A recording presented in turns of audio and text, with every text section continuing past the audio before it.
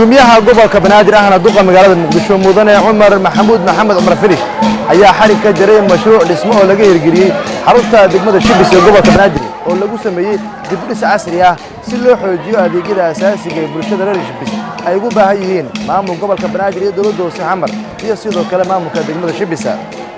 duqa magaalada Muqdisho mudane Umar Filish ayaa xarig jar kadib waxa uu kormeer ku sameeyay qaybaha dib u dhiska lagu sameeyay iyo xafiisyada kala duwan ee xarunta degmadani isagoo ku bogaaday maamulka degmada iyo sidoo kale hay'adaha amniga in la dardargeliyo barnaamijyada kala duwan ee loogu khidmeynayo shacabka degmada si loo fuliyo adeegyada aasaasiga ah oo amray maamulka gobolka Banaadir iyo dowladda hoose xamar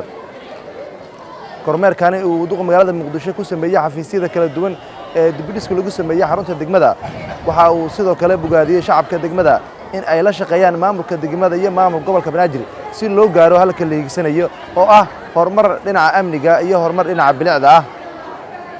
gudoomiyaha degmada Shibis Cabdiraxmaan Siid Cali ayaa ka warbixiyay mashruuca dhisme ee laga hirgeliyay xarunta degmada mudane gudoomiye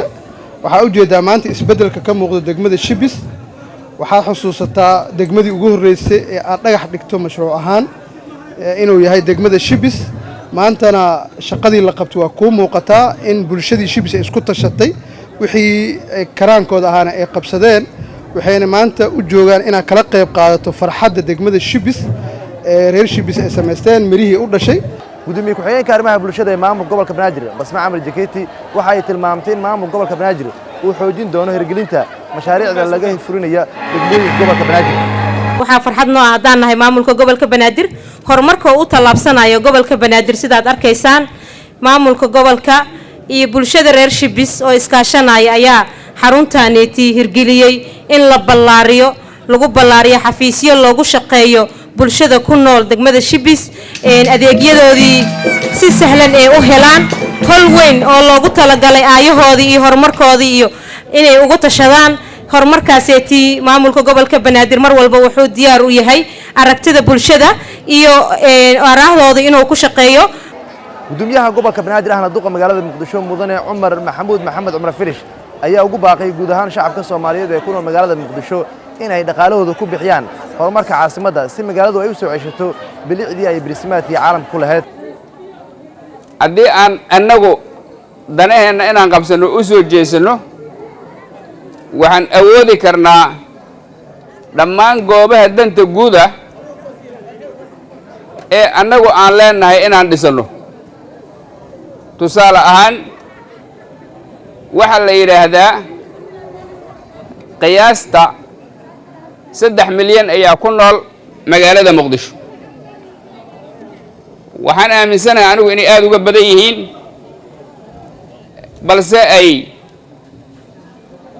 qiyaasta guud la iska yiri cabiraan ama qiyaas ahaan 3 milyan ka soo qaad oo qofkiiba uu bixiyo $1 waa 3 milyan oo dollar 3 milyan oo dollarna waxa ay dhistaa wadada Muqdisho ku taal ee ugu burburka badan ee uguna dheer cabirahan marka inaad $1 dhiibto waxaan hubaa qof kasta oo muwaadin oo Muqdisho ku nool inay u fududahay waxa laga bixiyaa xanjo ay waxyaabo ka sii waxtar yar ayaa $1 iyo ka badan lagu iibiyaa waad ogtii waxyaabo waxa lagu iibiyaa qofka iibsaday ay bulshada ba dhibaya laakiin qofka iibsanaya uusan sidaas u fahamsanayn ama ba uu fahamsan yahay ee uu iibsanayo waxba igama gelin sidaa darteed haddii danta guud aan $1 isugu darno waxaan halkaas uga kaaftoomaynaa inaan gacanta horsano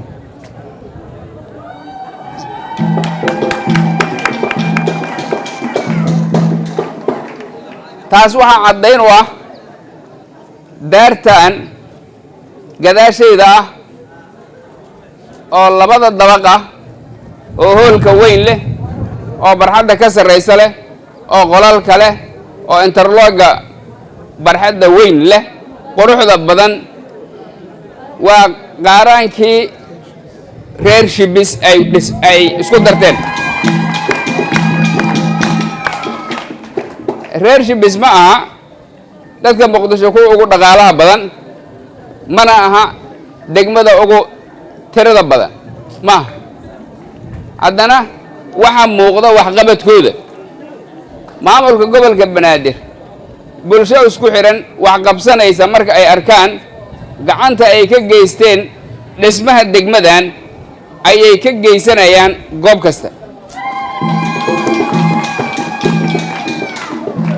ballanteenu waxay tahay haddii alla idmo laga bilaabo maantay maadaama qaaraankeenii wanaagga uu dhalay ay maantay naga hor muuqato, ballanteenu waxay tahay maanta wixii ka dambeeya dhammaan goobaha danta guud ee naga dayacan inaan wax annagu aan isku darsanay qaaraankeena inaan ku dhisan doono biidnillaah.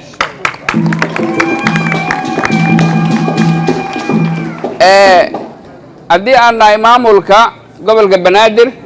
maamulka sare ilaa heer degmo, waxaan ballan qaadaynaa ammaanadiinna inaan wax idinkugu qaban doono, kadibna aan gacantiina ku soo celin doono sidaan oo kale. nuur saciid taaliil, warbaahinta qaranka Soomaaliyeed, xarunta degmada Shibis magaalada Muqdisho.